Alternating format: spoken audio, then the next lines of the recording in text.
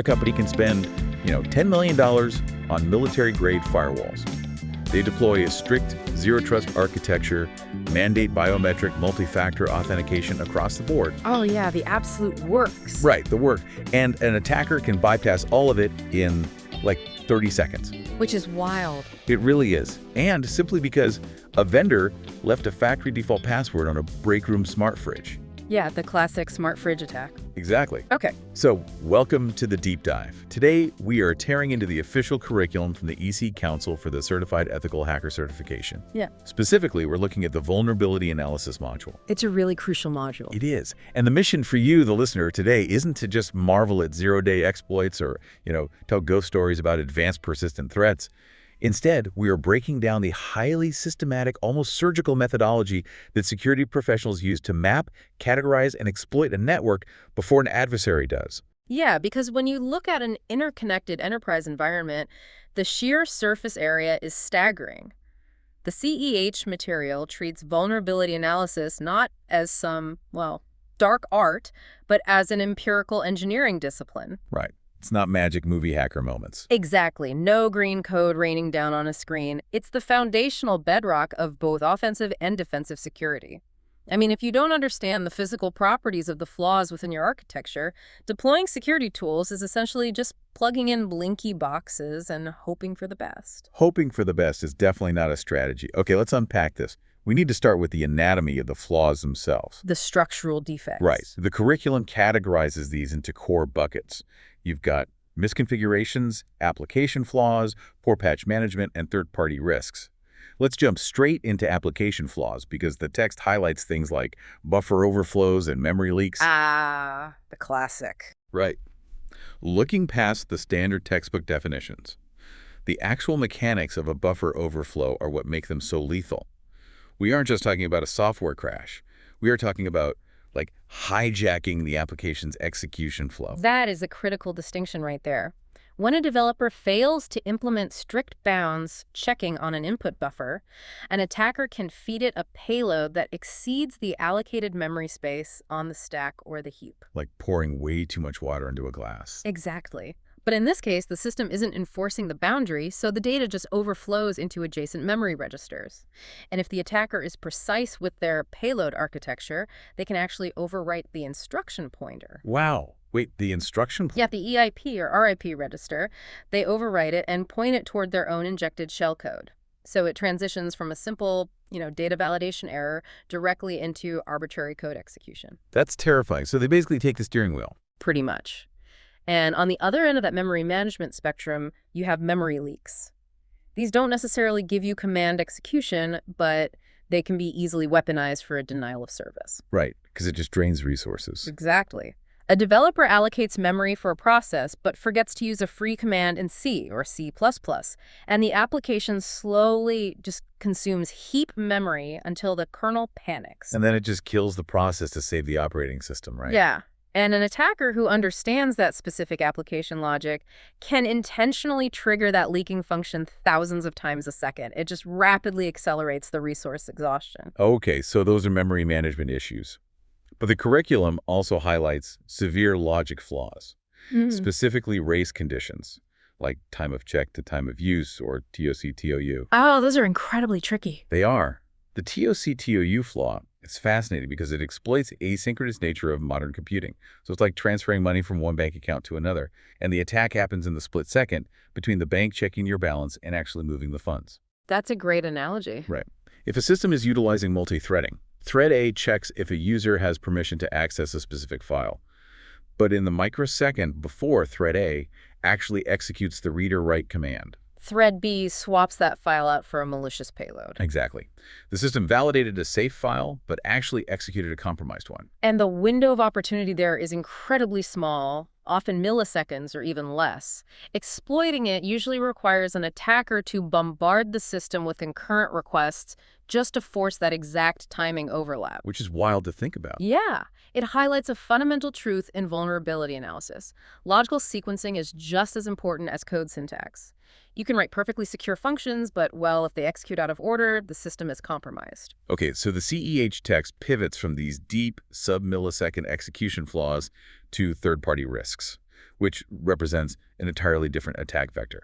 We were talking about supply chain poisoning and like architectural trust. Yeah, this is a huge issue right now. You can compile your own code perfectly, but if you pull in our compromised open source library or use a cloud vendor that misconfigures a shared environment, your internal security controls are largely bypassed. Right. Supply chain attacks effectively render traditional perimeters obsolete, don't they? They really do. If an attacker compromises a trusted software vendor's update mechanism, their malicious payload is digitally signed. It's just welcomed right into your network by your own security appliances. Wow. It's like the call is coming from inside the house. Exactly.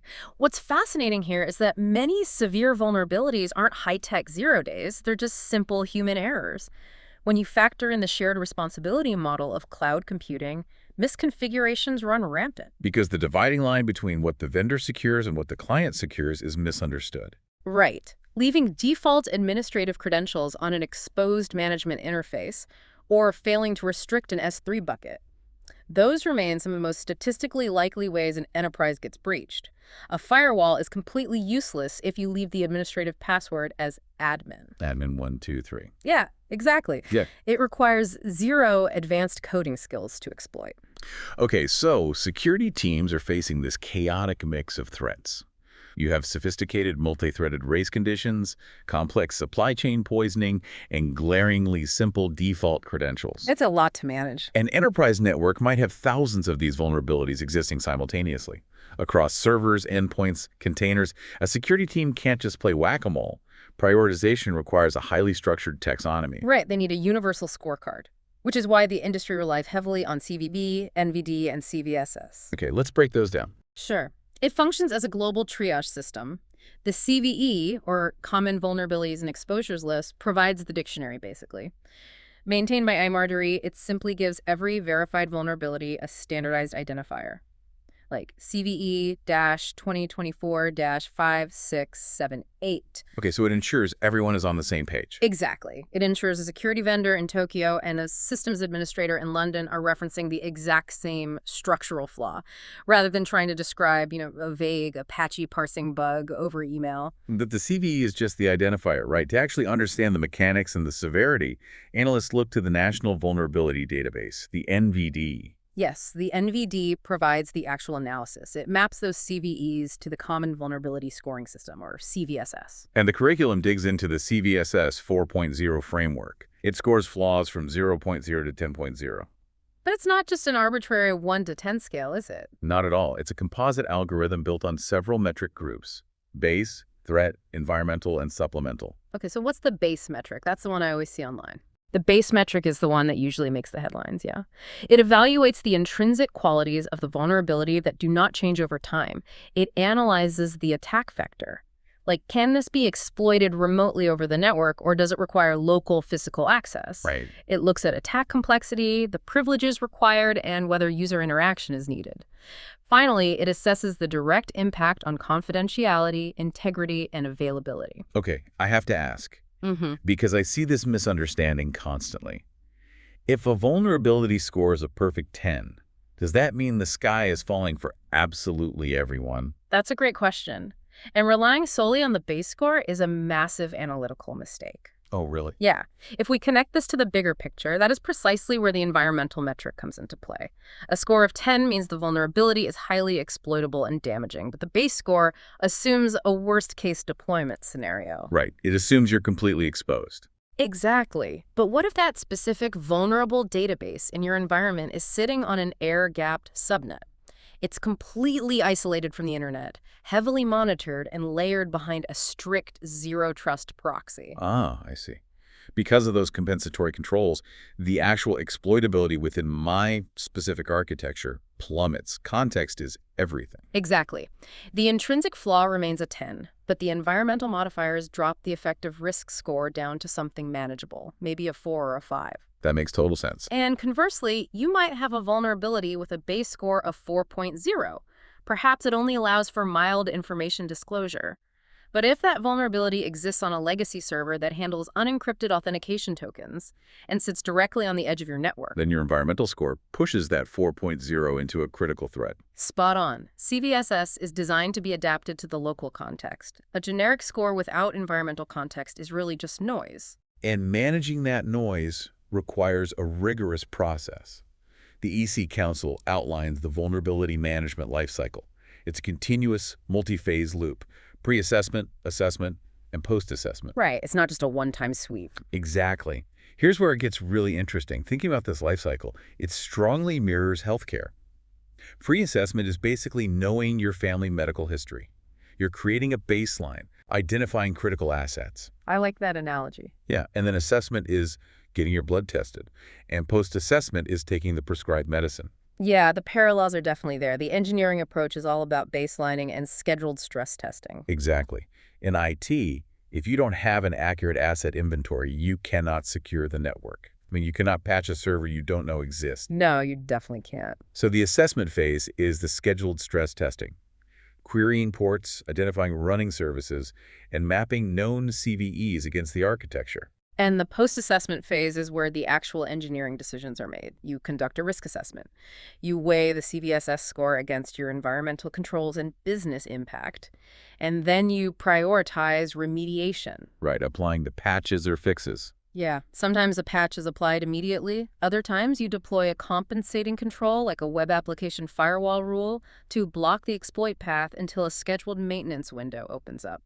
But the text highlights a critical failure point for a lot of organizations right at the end of this phase: verification.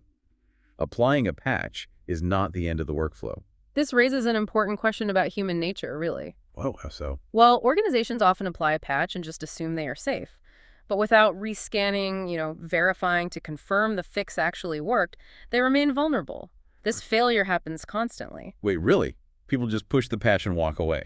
All the time. An administrator pushes an update via an automated patch management tool. The dashboard turns green, they close the IT ticket, and they move on.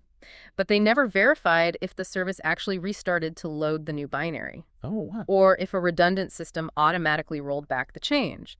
The administrator operates under a false sense of security, while the vulnerability remains completely viable. Verification forces empirical proof that the attack path is actually dead. Right. And once you verify, the cycle loops back into monitoring.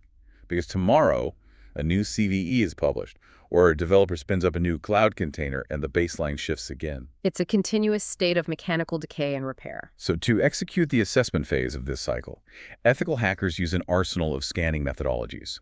The curriculum differentiates heavily between active and passive scanning, as well as credentialed versus non-credentialed approaches. Yeah, let's look at active versus passive first. Active scanning is interacting directly with the target, sending probes.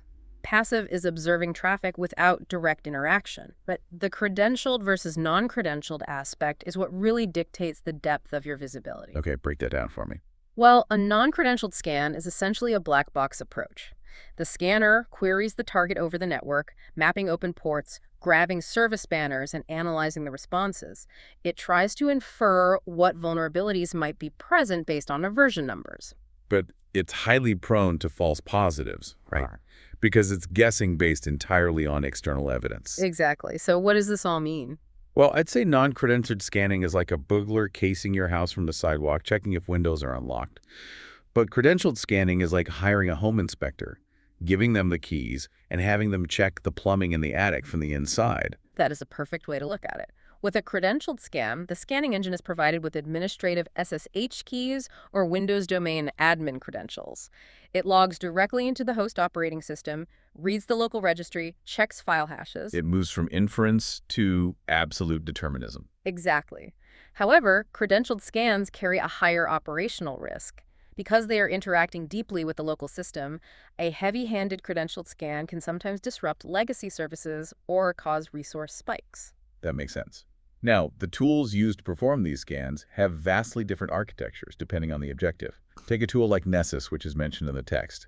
It's an absolute industry powerhouse for high-speed asset discovery. Right. Traditionally, Nessus is a network-based scanner. You spin it up, feed it an IP range, and it actively sends packets across the wire to discover assets and probe for weaknesses.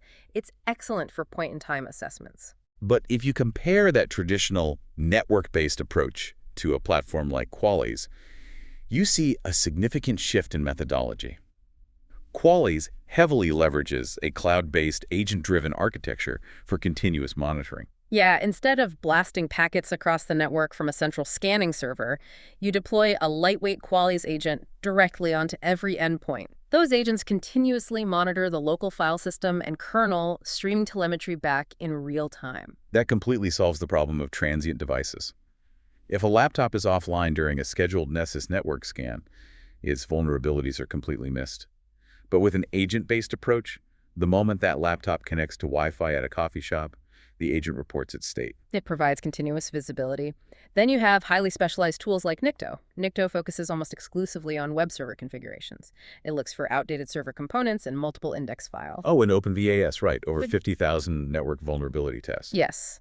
But this brings up a fundamental limitation highlighted in the CEH material. Vulnerability scanners are fundamentally incredibly dumb. Really? Dumb how? Well, they can't find zero-day threats because the signature hasn't been written into the CVE dictionary yet. Scanners completely lack business context. They generate false positives and negatives. Ah, so a scanner will throw a critical alert for a vulnerable version of Apache, but it has no idea if that Apache server is hosting your multi-million-dollar e-commerce platform or just the digital menu for the cafeteria. Exactly. And it struggles with complex logic flaws. A scanner won't automatically flag the TOC-TOU race condition we discussed earlier because that requires understanding the business logic. Which is why human ethical hackers are required. A scanner is just a tool. It takes human judgment to triage the results, weed out the false positives, and apply business context. Precisely. Automated tools provide the telemetry, but human intelligence provides the synthesis. A scanner tells you a door is unlocked. An ethical hacker tells you whether that door leads to the vault or the broom closet. That's a great point. Okay, we've covered a tremendous amount of ground here today. We broke down the mechanics of application flaws, moving beyond simple crashes to understand things like buffer overflows. And race conditions. Right. We looked at how the industry taxonomizes and scores these threats using CDE, NVD, and the CVSS scorecard, and why the environmental context is everything. Absolutely. We trace the continuous loop of the vulnerability management lifecycle, emphasizing why that verification phase is non-negotiable. And finally, we explored how tools like Nessus, Qualys, and Nikto deploy different architectures to scan the network. It really is an ongoing arms race of visibility. Vulnerability analysis is fundamentally about seeing your own environment more clearly and comprehensively than the adversary does. Whether you are managing a global enterprise or just your own home Wi-Fi and smart devices, the proactive mindset applies to everyone. Yeah, if you don't aggressively map your own attack surface, you can be certain someone else is already doing it for you. Without a doubt. That brings us to a final thought for you to mull over. The text spends a good deal of time warning about system sprawl and undocumented assets. Oh, the forgotten devices. Yeah, exactly. As enterprise networks grow, devices are inevitably added, forgotten about, and left unpatched. So think about your own environment for a moment. How many forgotten internet-connected devices, like, say, an old smart TV, a discarded tablet, or a smart light bulb, are sitting in your home right now? Just silently running unpatched software. Exactly. Just waiting for an automated scan to find them. Keep an eye on your perimeter. We'll see you on the next Deep Dive.